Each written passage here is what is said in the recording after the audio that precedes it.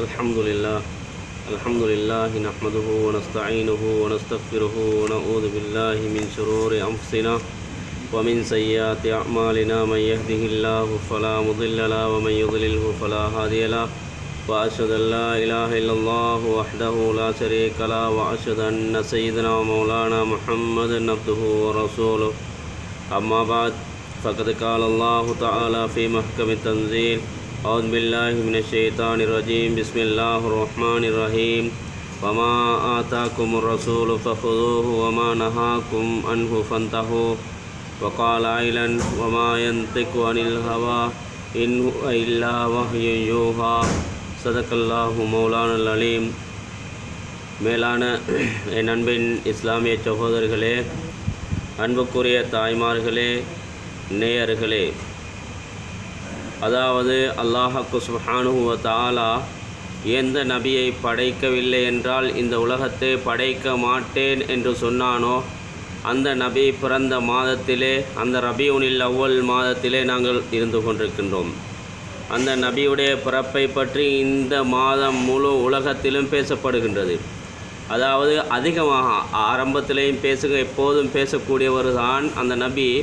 ஆனாலும் அதிகமாக இந்த ரபியுனில் அவ்வல் மாதத்தில் அந்த நபி ஸல்லல்லாஹு அலைஹி வஸல்லம் அவருடைய சிறப்பு, அவருடைய தன்மைகள், அவருடைய அஹ்லாக், அவருடைய எல்லா விடயங்களையும் பற்றி எல்லா மிம்பர் மேடைகள், வேறு மேடைகள், பாடசாலைகள், பள்ளிக்கூடங்கள், வேறு வேறு மேடைகள், எல்லா மேடைகளிலும் இரவு பகலாக பேசப்படக்கூடிய ஒருவர் என்றிருந்தால் அது ஹஜ்ரத் பெருமானார் ஸல்லல்லாஹு அலைஹி வஸல்லம் அவர்கள்தான்.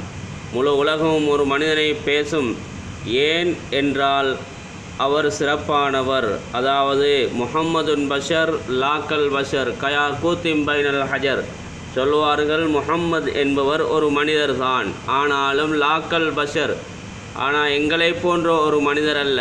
கயா கூத்திம் பைனல் ஹஜர், அதாவது கற்களுக்கு மத்தியிலே இருக்கக்கூடிய, ஒரு கல் குவியலுக்கு மத்தியிலே இருக்கக்கூடிய ஒரு மரகதத்தை போன்று சிறப்பான ஒரு மனிதர் தான் ஹஜ்ரத் பெருமானார் ஸல்லல்லாஹு அலைஹி வஸல்லம் அவர்கள்.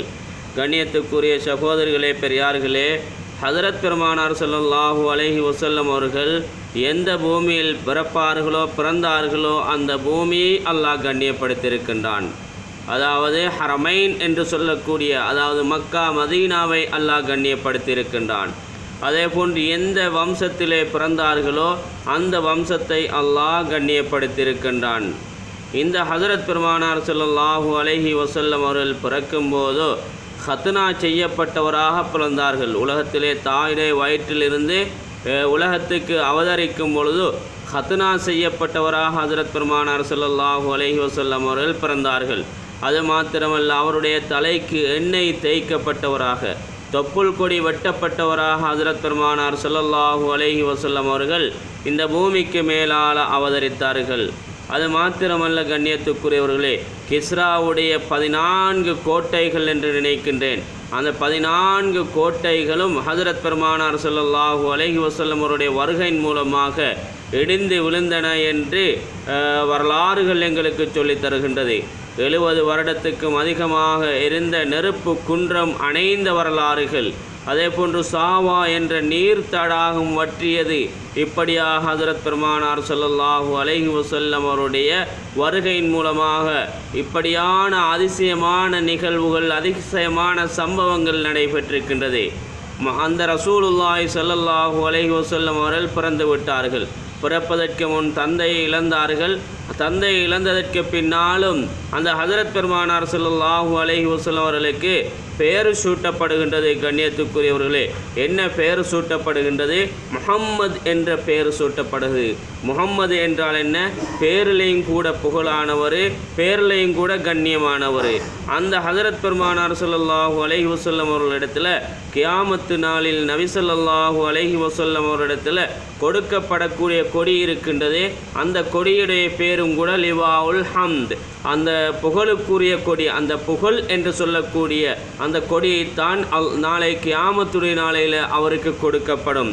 கண்ணியத்துக்குரியவர்களே, அது மாத்திரமல்ல, கியாமத்து நாளில் நபி ஸல்லல்லாஹு அலைஹி வஸல்லம் அவர்கள் அரிசிக்கு பக்கத்தில் ஒரு இடம் இருக்கும். அந்த இடத்துடைய பேர் மகாமம் மஹ்மூதா என்று சொல்லக்கூடிய இடம்.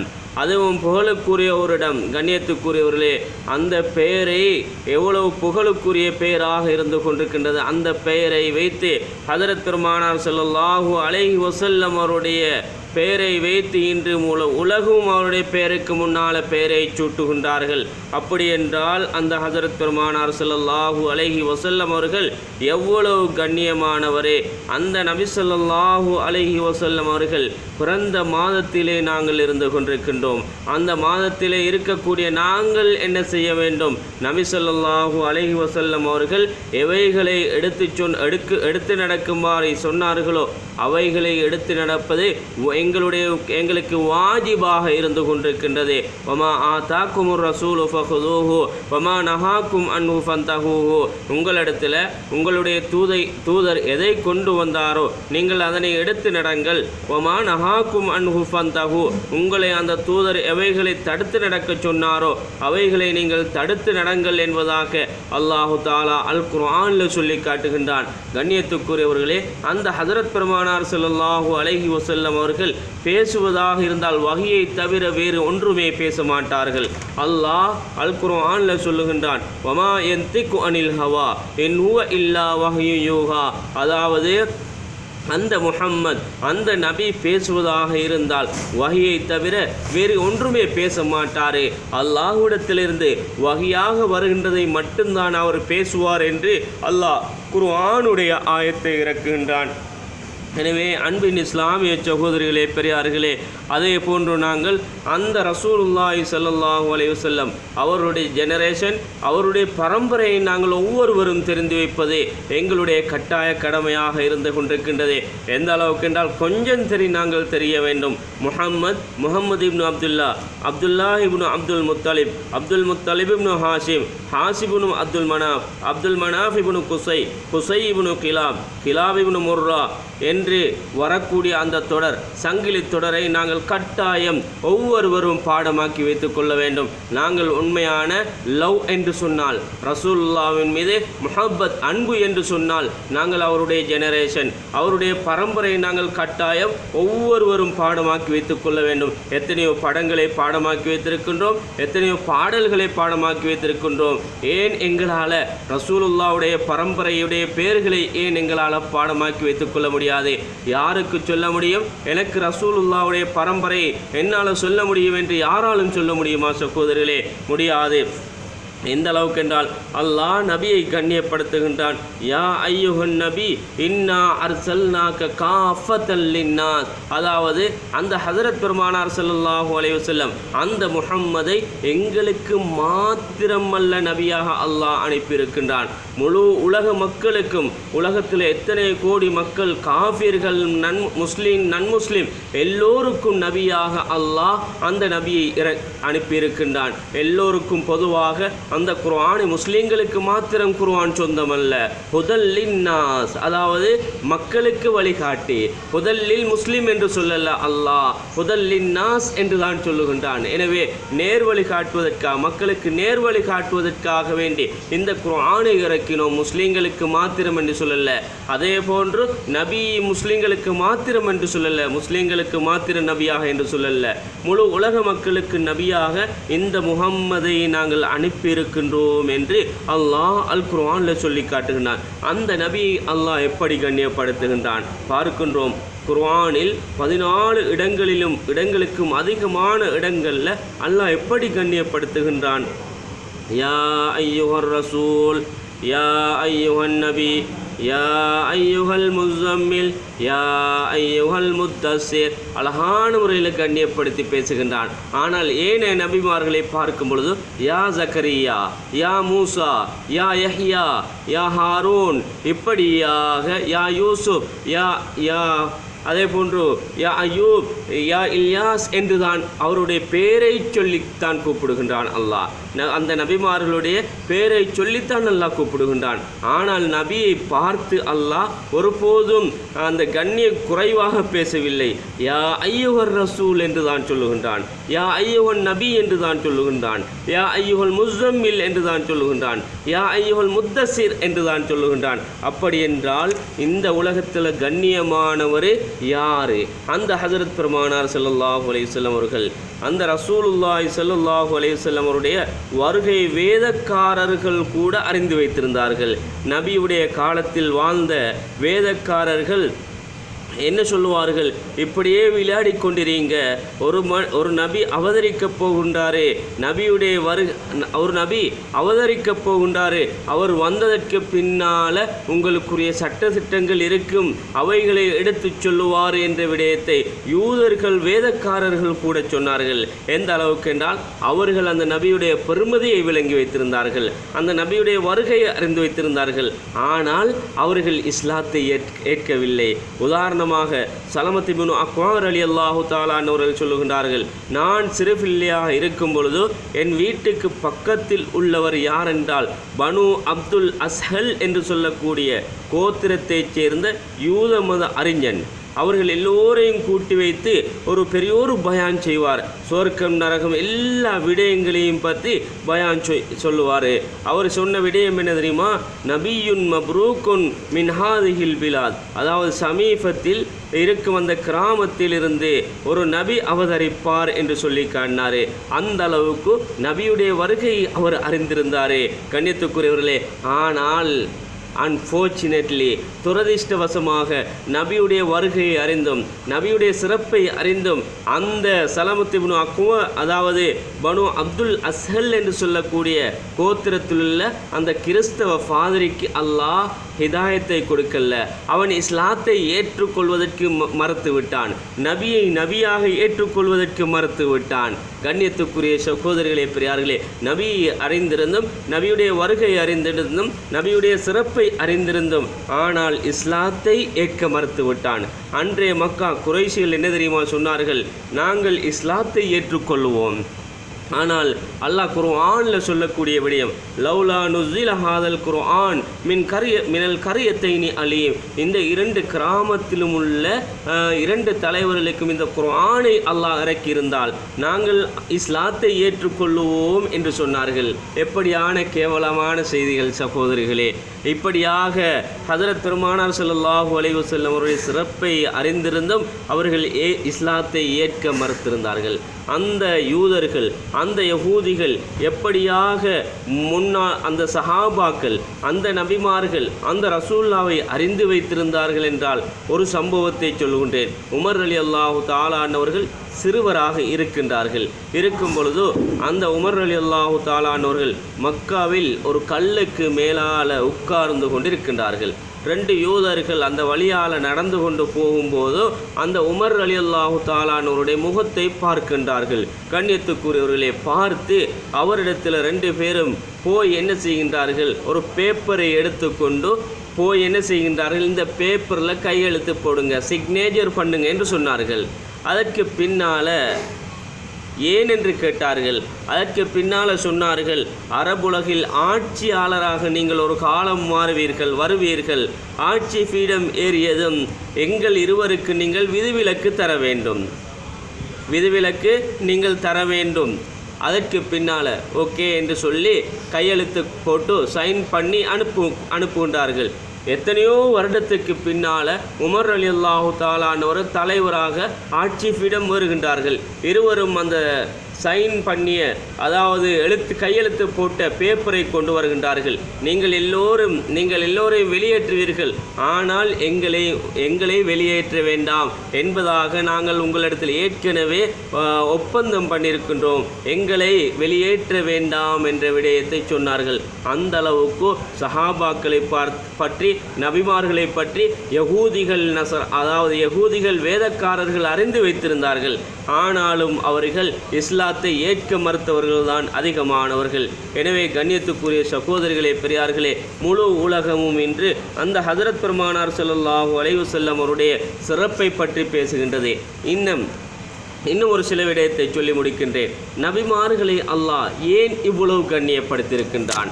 நபிமார்கள் இவ்வளவு சிறப்பாக, நபிமார்கள் மாத்திரமல்ல, நபியும் சஹாபாக்களும் இந்த அளவு உச்சத்தை அடைவதற்கு காரணம் என்ன தெரியுமா? 4 காரணங்கள். முதலாவது காரணம் என்னவென்றால் இஹ்லாஸ். அவர்களிடத்தில் இஹ்லாஸ் இருந்துச்சு. அவருடைய தூய்மை இருந்துச்சு. நாங்கள் என்ன இபாதத் செய்வதாக இருந்தாலும் அல்லாஹுக்காக வேண்டி, நாங்கள் மக்கள் பார்த்தாலும் சரி பார்த்தாலும் இபாதத் செய்வோம், மக்கள் பார்க்காவிட்டாலும் இபாதத் செய்வோம். எந்த அமலை செய்வதாக இருந்தாலும் இஹ்லாஸ் அந்த விடயத்தில் பேணப்பட்டுச்சு. அதே போல தான் அவரிடத்தில் யூனிட்டி இருந்துச்சு. சஹாபாக்களுக்கும் ரசூலுல்லாவுக்கும் மத்தியில் யூனிட்டி, ஒற்றுமை, சொலிடரிட்டி இருந்துச்சு. அதனால் அல்லாஹ் அந்த அளவு உயர்வை அந்த சஹாபாக்களுக்கும் ரசூலுல்லாவுக்கும் கொடுத்தான். இன்றைய யூதர்களுடைய வெற்றிக்கு காரணம் என்ன தெரியுமா? அவர்களுடைய சொலிடரிட்டி, அவருடைய யூனிட்டி. அவர்கள் ஒற்றுமையில் அவ்வளவு ஒற்றுமையாக இருப்பார்கள், அவர்கள் சொலிடரிட்டியாக இருப்பார்கள், அவர்கள் யூனிட்டியாக இருப்பார்கள், எதையும் விட்டு கொடுக்க மாட்டார்கள். கண்ணியத்துக்குரியவர்களே, நான் ஒரு விடயத்தை சொல்கின்றேன். அந்த சொலிடரிட்டிக்கு உதாரணம் என்ன செய்கின்றார்கள்? 10 பேர் சேர்ந்து கிணற்றிலே யூசுப் அலைஹிஸ்ஸலாத்து வஸ்ஸலாம் அவர்களை போடுகின்றார்கள். 10 சகோதரர்கள் சேர்ந்து பொறாமையின் காரணமாக யூசுப் அலைஹிஸ்ஸலாத்து வஸ்ஸலாம் அவர்களை கிணற்றிலே போடுகின்றார்கள். 30 வருடத்துக்கு பின்னால் ஒருவர் வருகின்றார், வந்து கேட்கின்றார், ஹல் அலிம்தும் மா ஃபஅல்தும் பி யூசுஃப வ அஹீஹி, நீங்கள் தானே இந்த யூசுஃபை நீங்கள் தானே கிணத்துல போட்டுன்னு சொல்லி 10 சகோதரரிடத்திலும் கேட்கின்றாரு. அதற்கு பின்னால் அவர்கள் ஆச்சரியப்படுகின்றார்கள். அந்த 10 பேரும், இது என்னுடைய மனைவிக்கு கூட தெரியாது, என்னுடைய பிள்ளைகளுக்கு கூட தெரியாது, யாருக்குமே இதுவரையிலே தெரியாது. எத்தனை வருடம்? 30 வருடம். கண்ணியத்துக்குரியவர்களே, அதற்கு பின்னால் அந்த 10 பேரும் சேர்ந்தே கேட்கக்கூடிய கேள்வி என்ன தெரியுமா? காலு அந்த யூசுப், அப்படி என்றால் நீங்கள் யூசுஃபா என்று கேட்கின்றார்கள். கண்ணியத்துக்குரியவர்களே, அவ்வளவு ஒற்றுமையாக இருந்தார்கள். 30 வருடமும் கூட அந்த யூசுஃபை கிணற்றில் போட்டது யார் என்று தெரியாது. அந்த யூனிட்டி, அந்த சொலிடரிட்டி அவர்களிடத்தில், யூசுப் அலைஹிஸ்ஸலாத்து வஸ்ஸலாம் அவருடைய சகோதரரிடத்தில் இருந்தது. அதனால் 30 வருடமும் கூட தெரியல. கண்ணியத்துக்குரியவரே, இப்படியான ஒற்றுமை எங்களுக்கு மத்தியிலே இருக்க வேண்டும். இப்படியான சொலிடரிட்டி, இப்படியான யூனிட்டி எங்களுடைய சமூகத்துக்கு மத்தியிலே இருக்க வேண்டும்.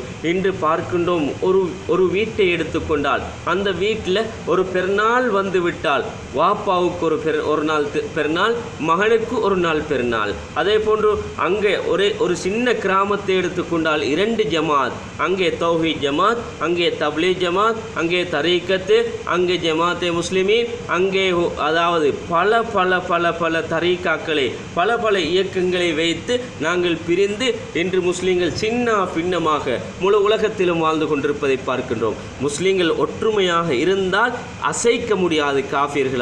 கண்ணியத்துக்குரியவர்களே, பத்ருடைய யுத்தத்தில் காஃபிர்கள் முஸ்லீம்கள் ஒற்றுமையாக இருந்தார்கள். அதனால் சிறிய தொகையினராக 313 சஹாபாக்களுக்கு அல்லாஹ் வெற்றியை கொடுத்தான்.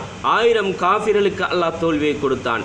அந்த சஹாபாக்கள் ஒற்றுமையாக இருந்தார்கள், ஒருவருடைய பேச்சுக்கு கட்டுப்பட்டிருந்தார்கள். அதனால் அல்லாஹ் பத்ருடைய நேரத்தில், அல்லாஹ் பத்ருடைய யுத்தத்தில் மலக்குமார்களை கொண்டு அவர்களுக்கு உதவி செய்ய வைத்து அல்லாஹ் அவர்கள் அந்த பத்ருடைய யுத்தத்திலே வெற்றியை கொடுத்தான். 3வது அந்த சஹாபாக்களிடத்திலே இருந்த தன்மை என்ன தெரியுமா? ஹம்பிள்னஸ், எளிமை, மிகவும் எளிமையான தன்மை. ஆனால் பவர்ட்டி இருக்கக்கூடாது, அதாவது வறுமை இருக்கக்கூடாது. நபி ஸல்லல்லாஹு அலைஹி வஸல்லம் அவர்கள் துஆ செய்தார்கள், அல்லாஹும்ம இன்னி அஊது பிக்க மினல் ஃபக்ரி வல் ஃபக்ர், அதாவது வறுமை விட்டும் நபி ஸல்லல்லாஹு அலைஹி வஸல்லம் அவர்கள் அதாவது துஆ செய்திருக்கின்றார்கள், யா அல்லாஹ் என்னை வறுமையை விட்டும் பாதுகாத்துரு. ஆனால் எங்களுக்கு கஷ்டம் எப்படி தெரியுமா? நாங்கள் எளிமை. ஆனால் என்னுடைய மகளுடைய திருமணத்தை நான் அந்த ஹோலில் செய்ய வேண்டும். என்னுடைய பிள்ளையுடைய பர்த்டே அந்த ஹோலில் நான் கொண்டாட வேண்டும். விரலுக்கேற்ற வீக்கம்தான் இருக்க வேண்டும். அவன் ஒரு வீடு கட்டிவிட்டால், நல்ல ஒரு வீடு கட்டிவிட்டால் நாங்களும் வீடு கட்ட வேண்டும். அவனை போன்ற ஒரு வீடு கட்ட வேண்டும். அவன் ஒரு கடை போட்டால் நாங்களும் ஒரு கடை போட வேண்டும். அவன் ஒரு வாகனம் வாங்கிவிட்டால், பக்கத்து வீட்டுக்காரன் ஒரு வாகனம் வாங்கிவிட்டால் மனைவி குத்தி கொண்டே இருப்பாள். உங்களுக்குத்தான் வக்கில்லை, உங்களுக்குத்தான் முடியாது ஒரு வாகனம் வாங்குவதற்கு, உங்களுக்குத்தான் முடியாது ஒரு கடை கட்டுவதற்கு, உங்களுக்குத்தான் முடியாது ஒரு வசதி வாய்ப்பை ஏற்படுத்துவதற்கு. மனைவி குத்தி உயர்த்தி கொண்டே இருப்பாள். கண்ணியத்துக்குரியவர்களே, எளிமை தேவை. எங்களுடைய வாழ்க்கையில் எளிமை தேவை. எங்களுடைய இன்கம் லெஸ், ஆனால் அவுட் கோயிங் ஓவர். எங்களுடைய வருமானம் குறைவு, அவுட் கோயிங் செலவு அதிகம். அதை இஸ்லாம் ஒருபோதும் விரும்பவில்லை. எங்களுடைய வருமானம் 1000 ரூபாய் என்றால் 1500 ரூபாய் செலவழிக்கக்கூடாது. இஸ்லாம் ஒருபோதும் இதை விரும்பவில்லை. நபி ஸல்லல்லாஹு அலைஹி வஸல்லம் அவர்களும் இதை விரும்பவில்லை. எனவே கண்ணியத்துக்குரிய சகோதரர்களே, அந்த நபி பிறந்த மாதத்திலே இருக்கின்றோம். இந்த மாதத்திலிருந்தாவது எங்களுடைய வாழ்க்கையை நாங்கள் மாற்றி அந்த நபி ஸல்லல்லாஹு அலைஹி வஸல்லம் அவர்கள் எதை எடுத்து நடக்குமாறு சொன்னார்களோ அதை எங்களுடைய வாழ்க்கையில் நாங்கள் மௌத் வரைக்கும் எடுத்து நடப்பதற்கு ரப்புல் ஆலமீன் அல்லாஹ் எங்கள் அனைவருக்கும் தௌஃபீக் செய்வானாக என்று மீண்டும் இன்ஷா அல்லாஹ் அடுத்த தொடரில் நபி ஸல்லல்லாஹு அலைஹி வஸல்லம் அவருடைய சிறப்பை பற்றி பேசலாம் என்று சொல்லி விடைபெறுகின்றேன். வாஹிரு தவானா அனில் ஹம்துலில்லாஹி ரப்பில் ஆலமீன். அஸ்ஸலாமு அலைக்கும் வரஹ்மத்துல்லாஹி வபரகாத்துஹு.